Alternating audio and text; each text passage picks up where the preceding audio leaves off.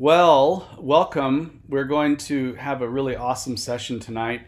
We're actually going to finish up this segment of the archetypal mind, and really, you guys will have had a good introduction to the flow of consciousness, and then after a couple of presentations later, then I'll return back and we'll keep working because this is pretty deep and we won't want to go too fast on it. But it's also nice to have a break from my voice so you guys can hear other great presentations. We're going to open up with a prayer, and I will guide us this time, and then I'm going to ask someone to close us out at the end. So maybe be opening from the infinite creator to tap you if you'd like to offer that closing prayer. So we're going to center ourselves,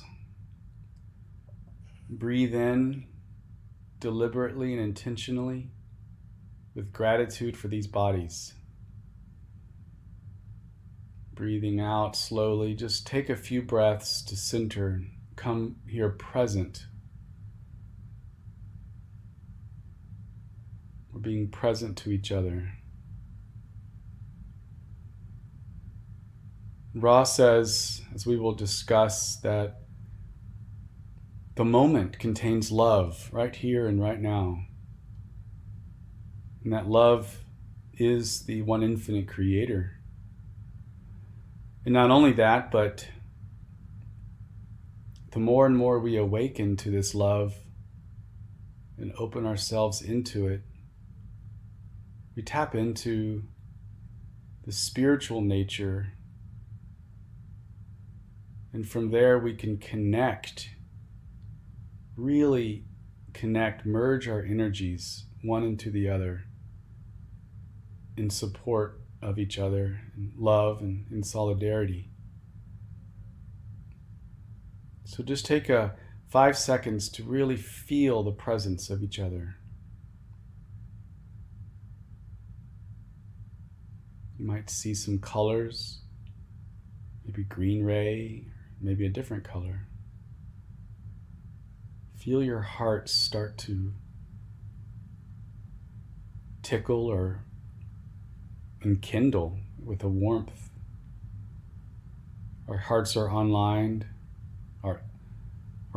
now.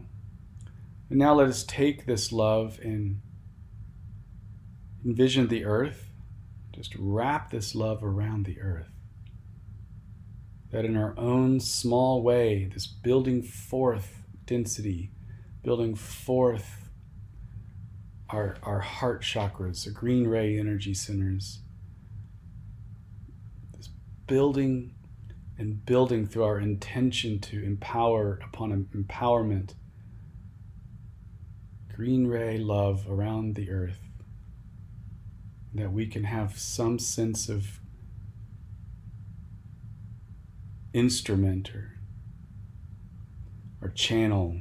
We can be a channel to the planet.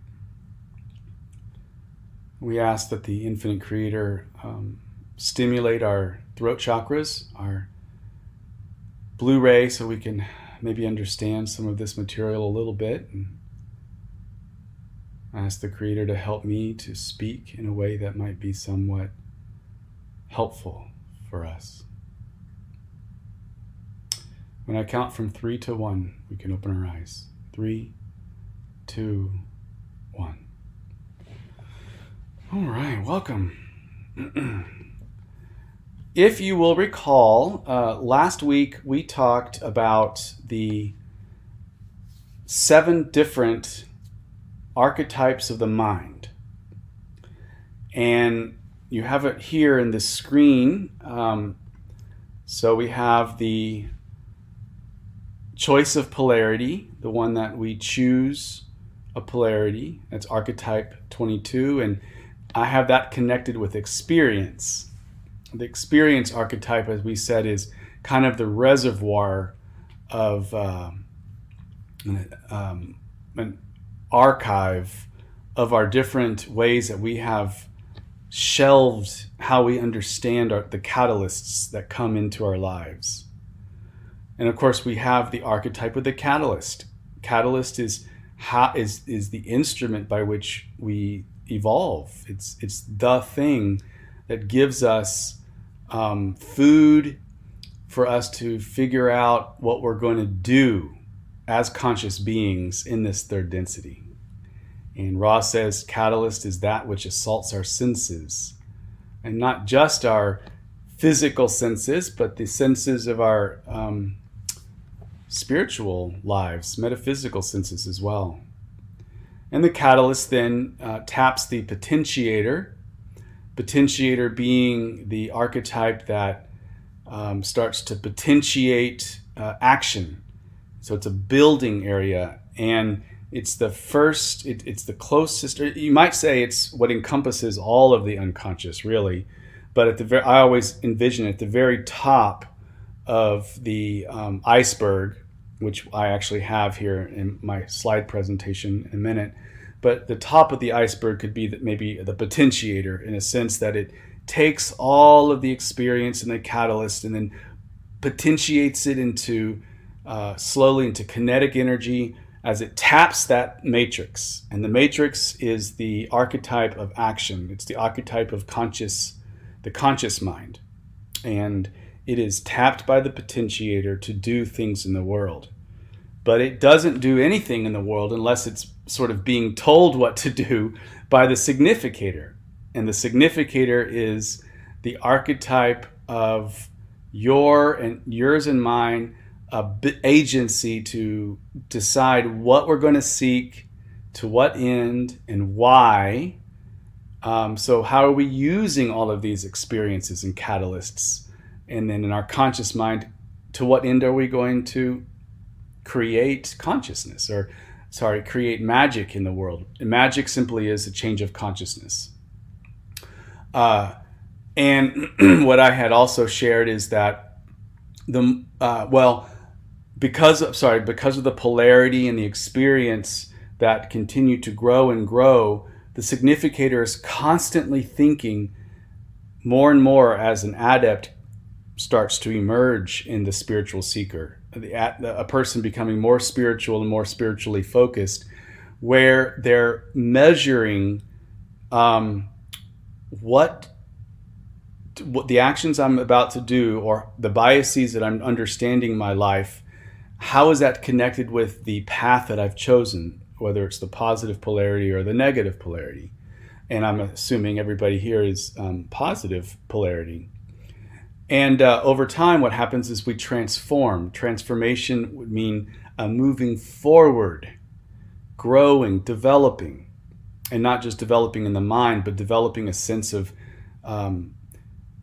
spiritual evolution, of moving forward, gaining more and more awareness of a holistic seeing. And what Ross... I have a comment here. In the Instagram for Law of One, they shared a quote of Kuo, not today, but yesterday, in which the idea of transformation was semi-equated with initiation. So transformation is a pretty general term in English, but initiation sounds more like a shamanic kind of thing, or a cross experience, or a burning bush kind of experience that kind of moves us forward in a more of a major jump. Just wanted to throw that in. I think that's beautiful. Maybe initiation is a good word for that. And I think that we are initiated into different stages in our life. We sort of hit a new stage or a new room, and then we may plateau a little bit into that, and then we're initiated into the next stage if the evolution keeps moving forward. But I like initiation a lot. That's good. Yeah, thank you. One of the things that Ross says is the more we become conscious of this spiritual, emotional, psychological evolution in our lives, the more we become aware that two things are driving this, and that is will and faith. The will to seek, the will to know, the will to put into practice what we know.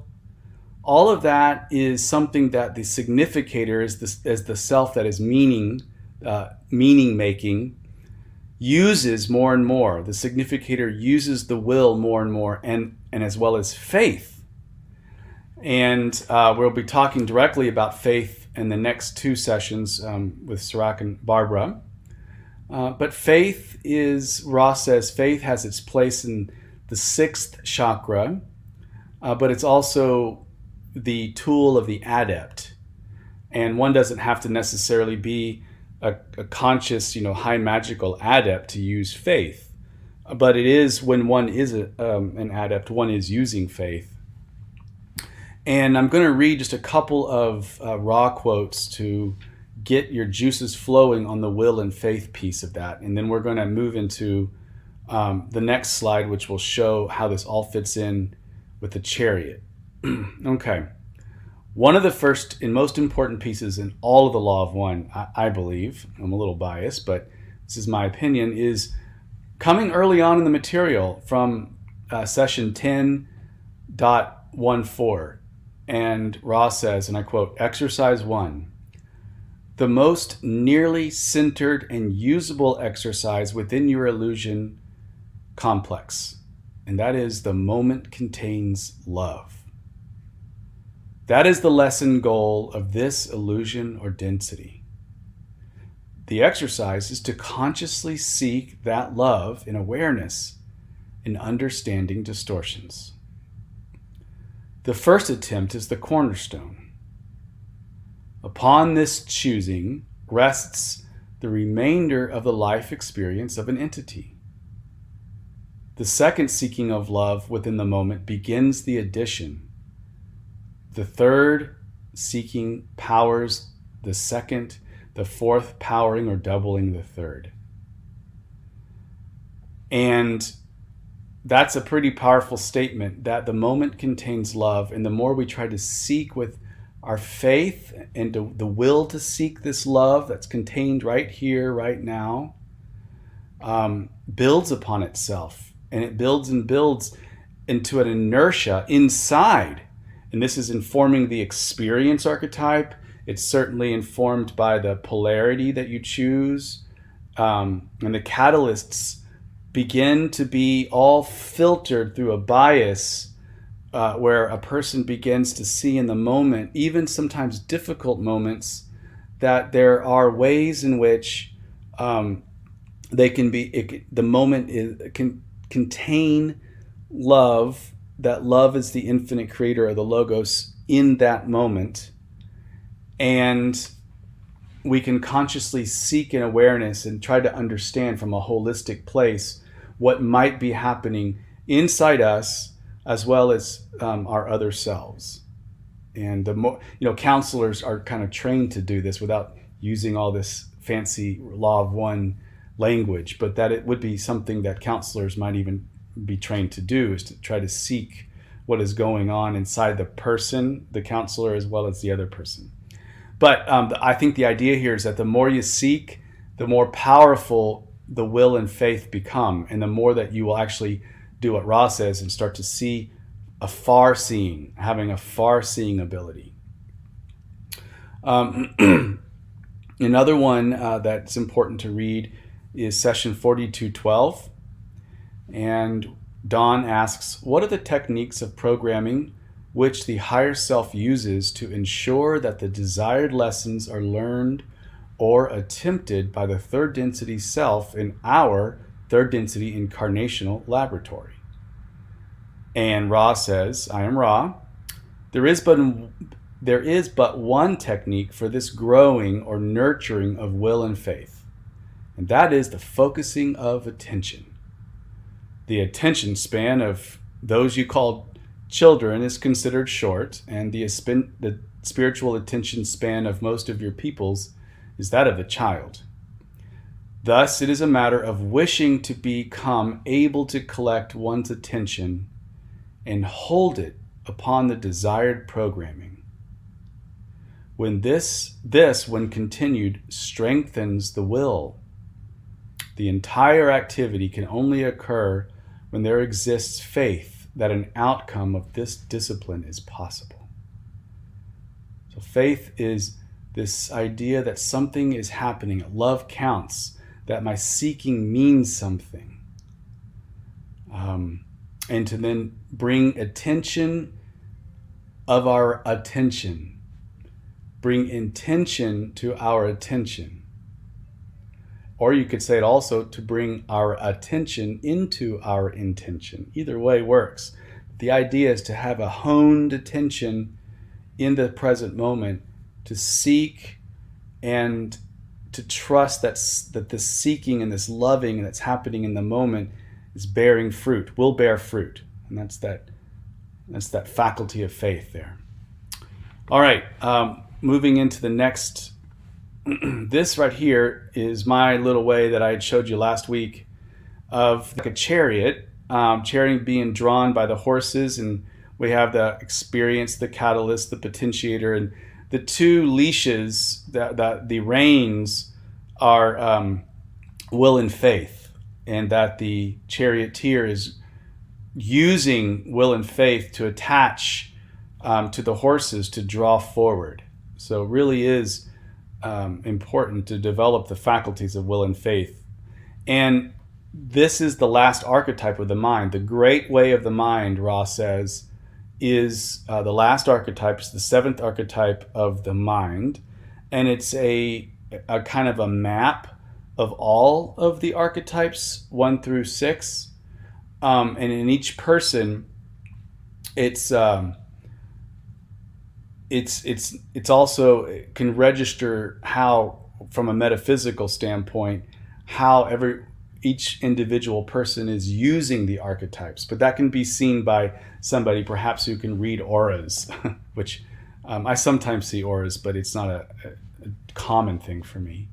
But anyways, the great way of the mind is a summary of all of the other archetypes and placed in a way that you can kind of see how they all interact.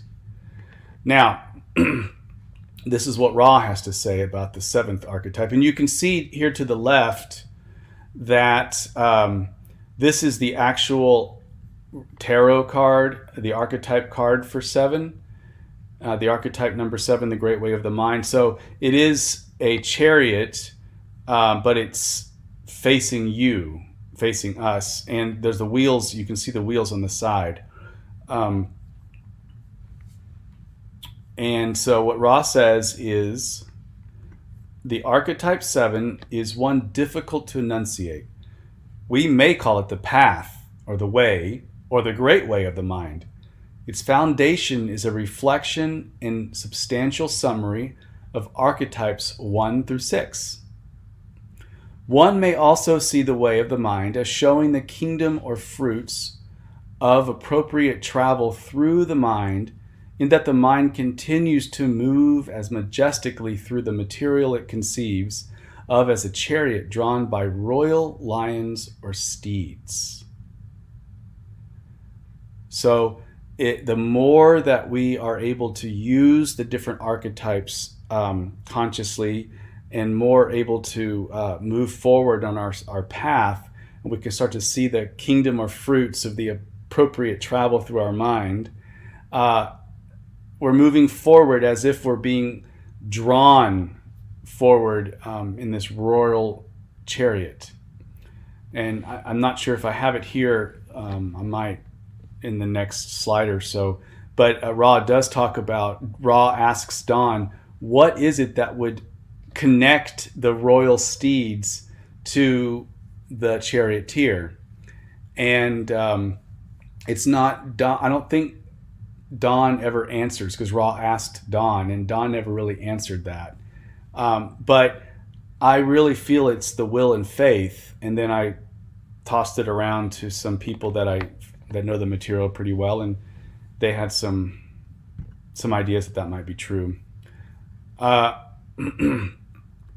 So we're going to look at some kind of fun stuff here. And the idea is what to do when the mind becomes too cluttered. So I told you last week that I was going to give you an exercise that's kind of an adept exercise, because Ross says what adepts do is that they can actually learn how to call upon an archetype, to embody it, or to put it on like in energetic clothing, to become a certain archetype, to create consciousness or white magic in a sense. And you can do this for yourself or for somebody else. And honestly, the more you kind of get into the material, I feel like we often do this stuff anyways without even knowing it. So a lot of this might even be, oh yeah, that makes a lot of sense. And you might have that thought. But the person on the left, you can see it might be feeling just totally full. Their mind is full of all of these thoughts. And how do I make sense of all of this? Which I appropriately put all my slides into one particular picture, because sometimes I feel like I feel this way all the time, actually, just full of these thoughts. And when that happens, when your mind gets so, especially if you're really seeking hard to try, maybe you're perplexed about something, and perplexity doesn't have to be a bad thing at all. Perplexity can be something that you enjoy doing, but you just are having trouble. It's like you follow a thought and it's like, eureka, I'm getting it. And then all of a sudden, all these other thoughts come in and they start to fit in perfectly. And then you start to lose the threads that originally drew you to this numinous moment. And then your mind just gets filled. And that's what happens to me, at least, a lot. So I've offered, there's 3 different things that we can do in these different steps here. And the first one is to gain a proper perspective. We're going to talk about that here in the next slide. The second one is to reaffirm why you seek and to what end. So to gain a proper perspective, and then to reaffirm, why am I seeking this? What do I want to do with that? And once those are kind of clear, then we can work on calling upon a new mind. And Ra alludes to this as an exercise of an adept putting on a new matrix. Remember, the matrix is the conscious mind, and that's what gets filled to the brim. So kind of like when a computer gets really full and it starts to slow down, and you might have to do a hard reset, or if you're like our house, sometimes we have to unplug the plug from the internet, where the internet comes. I'm losing my mind what that is. My matrix is so full of thoughts. What is that called? Router. Thanks, the router. Yeah. See, you were like calling upon a new mind, and that's magic. I just said, give me the name, and then you came on. So thanks, new mind matrix. But anyways, the router, and you have to pull it out and then wait 20 seconds and then push it back in. So that's kind of what we're doing with the new mind.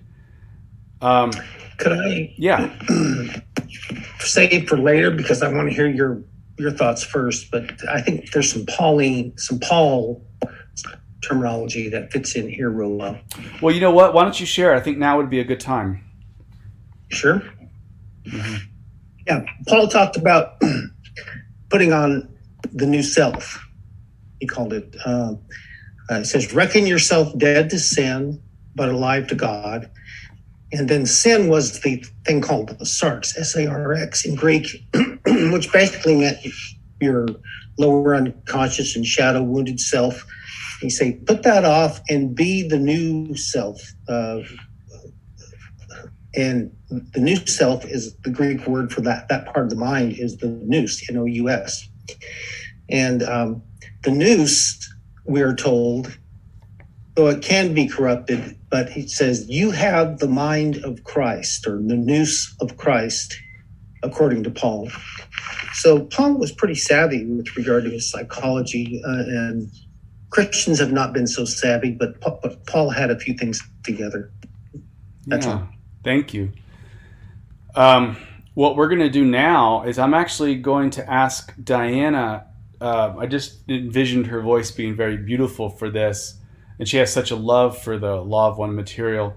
This is Ra's words, and really feel the words as Diana shares them. Ra offered this kind of right in the heart of the archetypal material, which is really dense. And it's almost like Ra wanted to say, all right, guys, this archetype stuff is interesting, but let's remember what's really important. So, as the first step, we're going to gain a proper perspective. Okay, Diana. My son just walked in the door with 3 other friends, so pardon the background noise. Good timing. Okay, Ross says, we wish not to form that which may be considered by any mind-body-spirit complex to be a complete and infallible series of images. There is a substantial point to be made in this regard. We have been, with the questioner's aid, investigating the concept complexes of the great architecture of the archetypical mind. To more clearly grasp the nature, the process, and the purpose of the archetypes, Ra provided a series of concept complexes. In no way whatsoever should we, as humble messengers of the one infinite creator, wish to place before the consideration of any mind-body-spirit complex which seeks its evolution the palest tint of the idea that these images are anything but a resource for working in the area of the development of the faith and the will. To put this into perspective, we must gaze then at the stunning mystery of the one infinite creator. The archetypical mind does not resolve any paradox or bring all into unity. This is not the property of any resource which is of the third density. Therefore, may we ask the student to look up from inward working and behold the glory, the might, the majesty, the mystery, and the peace of oneness. Let no consideration of bird or beast, darkness or light, shape or shadow keep any which seeks from the central consideration of unity. We are not messengers of the complex. We bring the message of unity. In this perspective only, may we affirm the value to the seeker of adepthood of the grasping, articulating, and use of this resource of the deep mind, exemplified by the concept complexes of the archetypes. Yeah, it's beautiful, isn't it? I love this one sentence. May we gaze then at the stunning mystery of the one infinite creator. And we ask the student to look up from inward working and behold the glory, the might, the majesty, the peace of oneness. Isn't that just great? So I would like to weigh in. I would like to ask people, if you don't mind, to weigh in with me a little bit. And how did that touch you? Did any of those words touch you in any kind of way? We had a discussion on Slack this week, I believe. It came out of the discussion of Jordan Peterson on the importance of practice. And to me, Ra is reminding us to do basically centering prayer, or a kind of going to our still point at some point and returning to the glory of God in our still point and doing our quiet times like that, or spending some time during the day, or call it meditation, call it whatever you want. But you got to keep going back to the still point. And that's where all these opposites get integrated and the muddled mess gets sorted out. That's what came to my mind. Oh, that's beautiful. Yeah, we cannot force the paradoxes to come together. We can't force ourselves to understand this material or understand the deeper things without surrounding the logic, the diving into this with good silence of mind. Yeah. Brandy, you had a question? Oh, I just had a comment. Oh. I was just really a theme with a lot of clients is comfort within complexity and just making space for, so much discomfort in not understanding something, not comprehending something, in comfort with the unknowing and confusion and complexity, especially because we want to whittle it away and make it real concrete. And when Diana read that passage, it reminded me of the healing power of awe. Like, we're okay with complexity when we go out into nature and we're taking in the mountains and the sky full of stars and the beautiful earth laid out before us. And suddenly the complexity becomes unity. And I thought that passage she read so perfectly talks about that. I love that. Thank you so much for sharing that. That's brilliant. Anybody have a response or a thought to Brandy or your own thinking on this passage? Yeah. So when we're dealing with the concepts of the law of one, especially with these archetypes and all of the stuff that might get us juiced up because it's interesting and it's beautiful and whatnot, these are indeed concepts, and they can be fun. But I think what Brandy is also inviting us to remember, if I'm understanding you correctly, is that our lives can also be very difficult. We can be going through something very difficult right now in your life, in my life, and to develop some way in which to find comfort in the complexity of our lives in that way too is a way to maybe hard reset the matrix, because we're going to stop for a moment to try to figure out exactly what's going on and what the next steps are. And often if we can create a space there of true silencing of the mind, we can do adept work without even actually calling it adept work. Just good psychological, spiritual work, to be honest.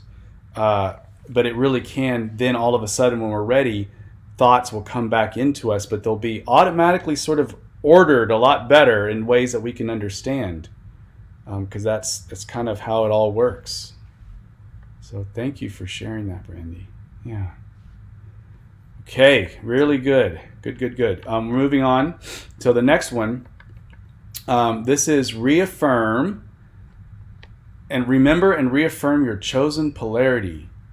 What do you seek, and to what end?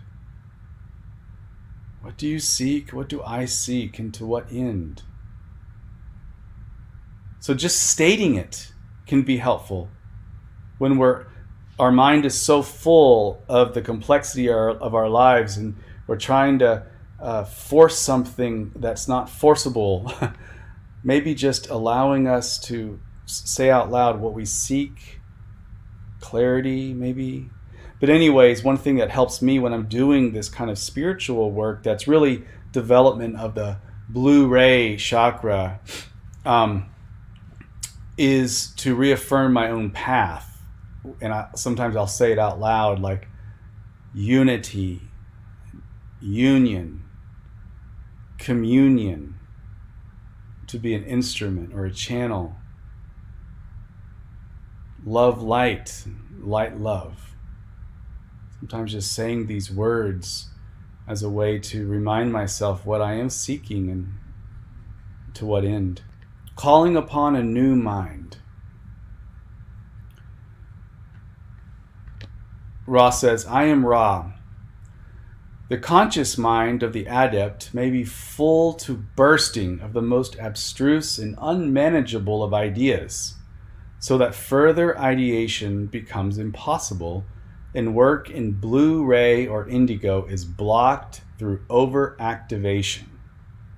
It is then that the adept would call upon the new mind, untouched and virgin, and dwell within the archetype of the new and unblemished mind without bias, without polarity, full of the magic of the logos. Full of the magic of the logos.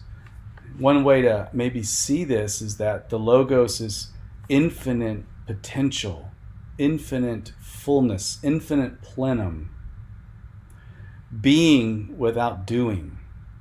There's a part of the logos that's being without doing. And so it can be the word that keeps coming to me when I think about this particular piece from Ra is this idea of release, of self-emptying. In the Christian tradition, we call this kenosis. That may be an unfamiliar word, kenosis, self-emptying. And of course, the Eastern traditions have this, they do this very well, this idea of releasing. And that can be hard to do because when you're in the moment and you want to figure something out and you feel like you just have to figure this out, and your mind is tricking yourself by the more I focus and the more intention I have to figure this thing out, this life that I'm going through or this problem that I'm working on, this metaphysical stuff, the more I seek it, I want to know it right now. And so your mind will, like I said, play a trick on you to actually keep almost intensifying that angst, this sense of urgency. And what Ra says is that actually is counterproductive. So the adept at that point would stop, again, gain the perspective, the stunning mystery of the one infinite creator, the stunning mystery of union, communion, and unity. And then to call upon a new mind. Now, I'm assuming it would be different for each person on how you might embody that. But what I would like to do right now, since we have such a great group of lots of wisdom folks here, is there anybody, could anybody offer something that works for you? Is there something that you can do or you have done to empty your mind of the moment, to really delve into that, as Troy says, that still point? What can that still point be? Does anybody have something that's worked for you? Okay, Gwen? I found that if I consciously release any tension, anger, frustration, bitterness, anything like that seems to be keeping me from experiencing the one true light. And then I welcome all the beauty and the light and the love that is around and within me. So it's a release and a welcome. And that seems to kind of prepare my heart and mind for whatever it is I need to focus on. A releasing and a welcoming. That's a beautiful two words there. And notice what's happening, however, from a will and faith perspective. Remember, we talked about how the importance of will and faith is for the spiritual path, will and faith. To empty oneself, to surrender the way that Gwen was talking about, is not a weakness. It's actually a huge intentional use of will, to will ourselves open to the moment. To will ourselves to release is incredibly powerful. And we have the faith that it's going to do something. And if you've never done it before, that can be kind of weird, because your mind is going to be saying, no, you need to think about this issue more. Just if you think about it even more, then you'll get the answer. And what we're saying here is to will a surrender, and then to welcome what comes in. And that's also a willing, to welcome what comes in, because, and it's our faith that is not only saying my surrender is bearing fruit, is going to bear fruit, but my welcoming whatever is coming in, even if I don't feel it in the moment, is itself an act of faith. Because something is coming in simply because I have the faith that it will. And I'm willing myself to surrender for that openness, and then I'm having the faith and welcoming something to come in and move inside me. I don't know when it might happen. It might happen instantly. It might happen later on. But that is how the one infinite creator gets inside us. Or you might say it a different way, how we actually put on a new mind so that we can start to process some of the stuff in a way that is more aligned with our chosen polarity and aligned with our goals. Which, if we're on the positive path, then we ask to be an instrument of the one infinite creator. You see, so this really does go hand in hand with all different kinds of spiritual traditions. Does anybody have something else they'd like to offer as we're talking about this putting on the new mind? Yeah, Diana? I think part of calming the mind is just physical or physiological. For me, just doing some sort of rote, repetitive motion to get my body distracted and in a comfortable state can sometimes really help me to calm my thoughts. I've been doing it, but sometimes I just like rock. Or do something with running water, like wash the dishes, something that just my body knows by heart. I know Gwen walks on a treadmill and gets a lot of inspiration there, right, Gwen? Yeah. But it's interesting, like, there's this idea of getting to the new mind by becoming very meditative still. But then you think about artists and creators who are in this peak flow experience, and their hands are going and their bodies are going and they're creating some sort of output the whole time, and more is coming and more is coming.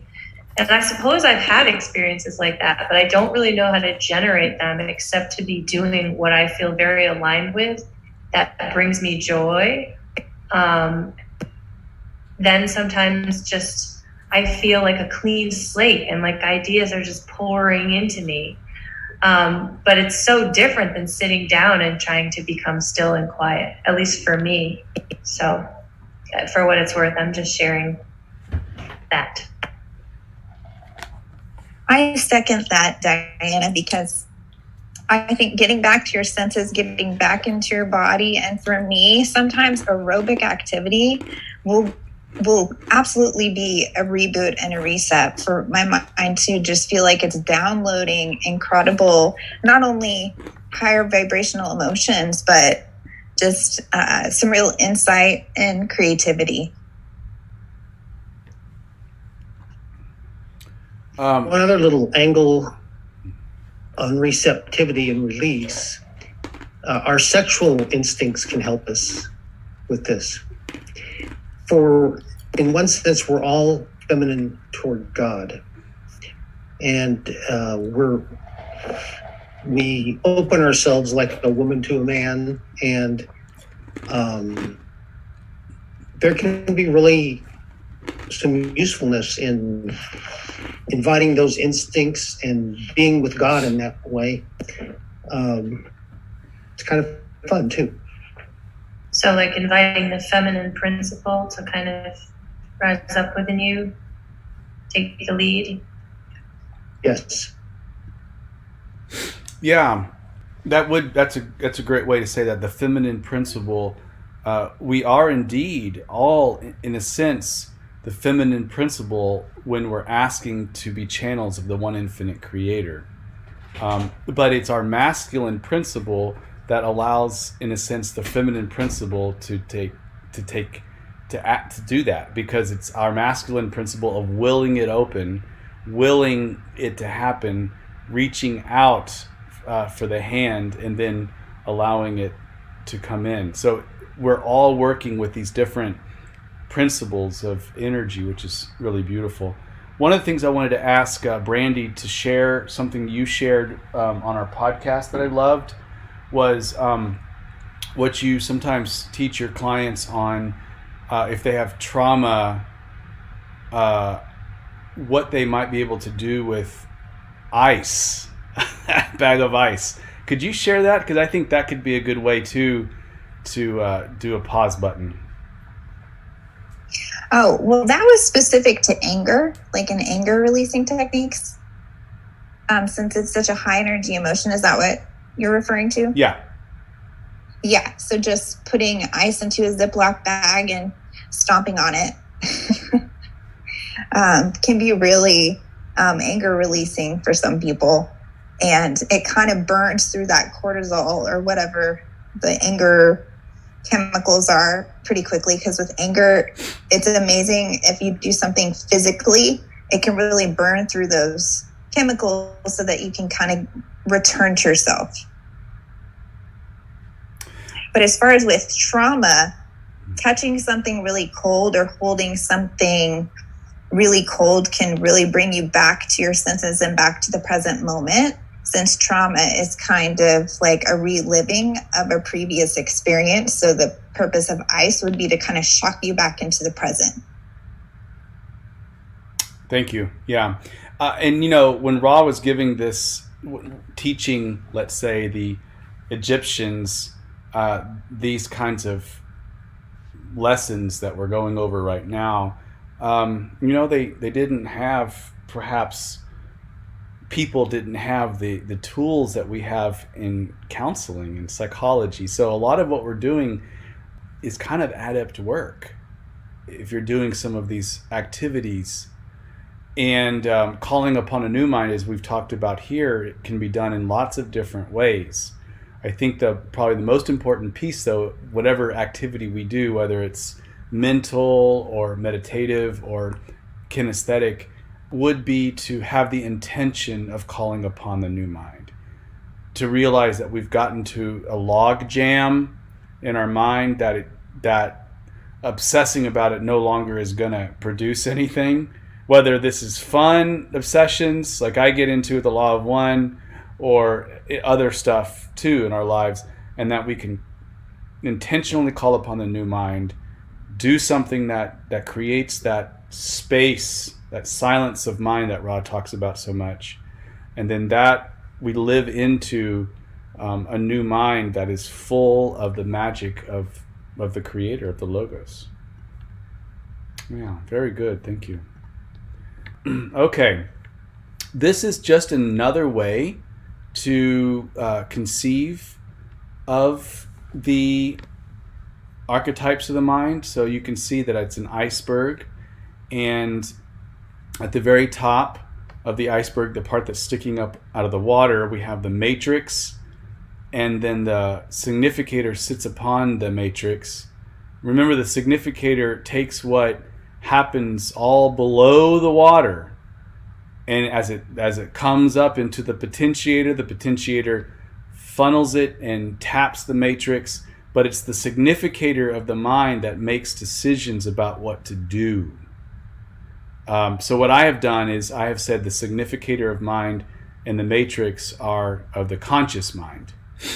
The unconscious mind again, the way I envision it, I'm not saying it's the right way, it might be a way that can be helpful for you, is to see that here down at the bottom of the iceberg, maybe in the lower recesses of the mind, you've got the experience of mind archetype. Okay? And then above, and the experiences of mind archetype are totally connected to the catalyst of mind archetype. Because it's the catalyst that feeds the experiences. Experiences get shelved, create biases. That creates another catalyst, which is then given to the catalyst, which then gives to the potentiator, and so on, and right up to the conscious mind. And it just keeps on cycling through.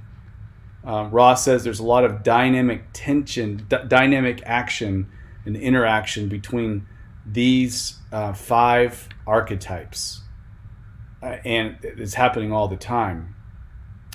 But this is kind of how I see the different catalysts, the different archetypes of mind from just a different perspective that might be helpful.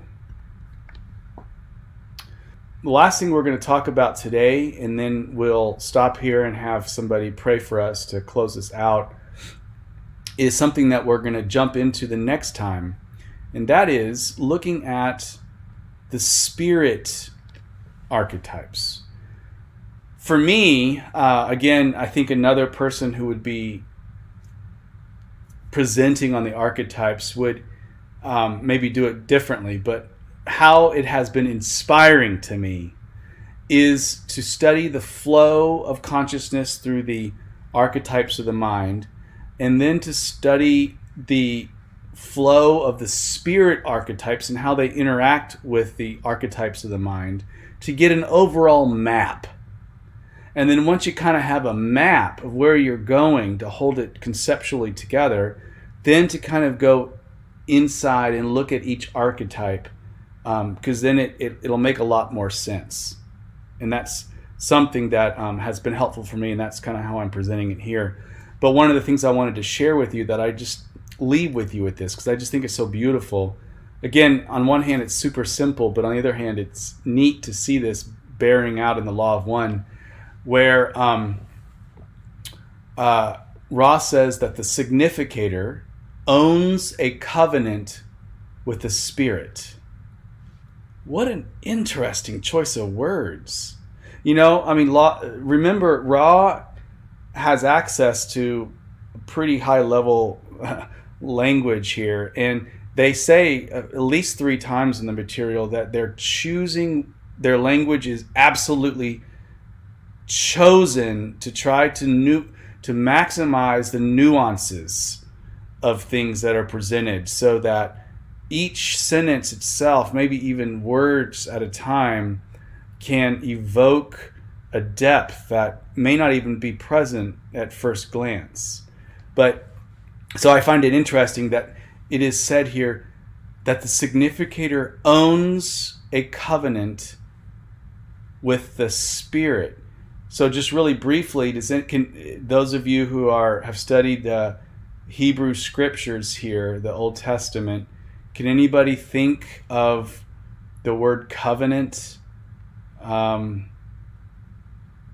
that is like a promise? Noah, his symbol of the covenant of not destroying the earth again, at least in this era, was, at least by flood, I guess, was the rainbow. Yeah. So, not getting into a discussion about the historical accuracy of that particular biblical myth, what we could say is this, that the whole idea of the flood in Noah could be one way to look at how prior to the flood there was the earth that was seen, and that would be kind of like what the world was without the veil. Without the veil, having the ability to see everything on the ground. And then there was this incredible enclosure of water in the story. Water is obviously the symbol of the unconscious. We kind of see that in Jungian archetypes. We would have the water as being the symbol of unconscious.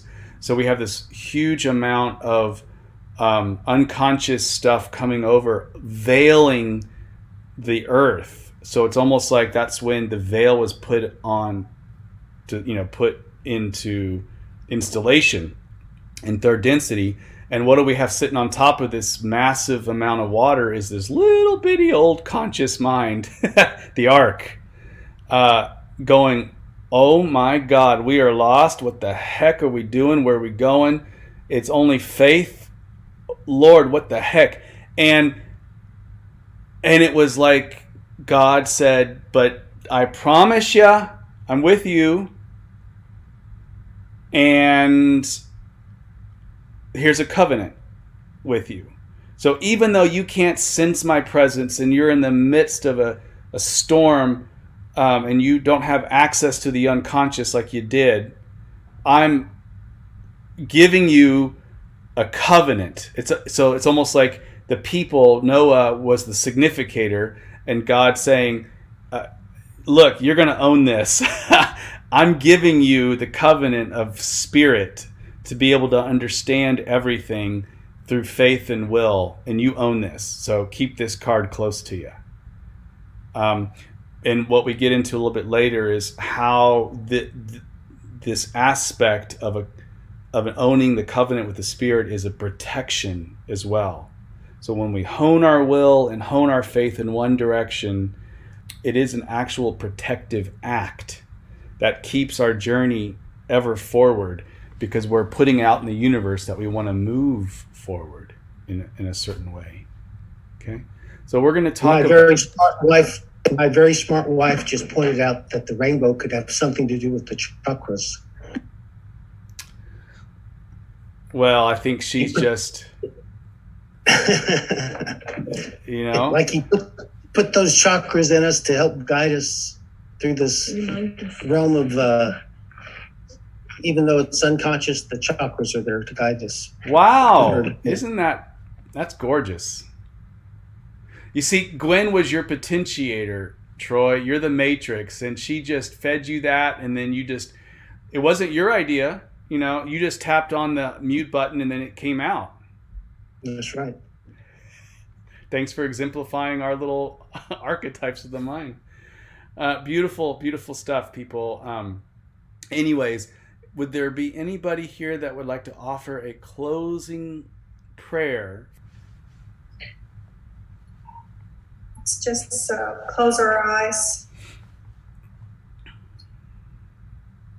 Take a few deep breaths. Feeling blessed to share this time with each other.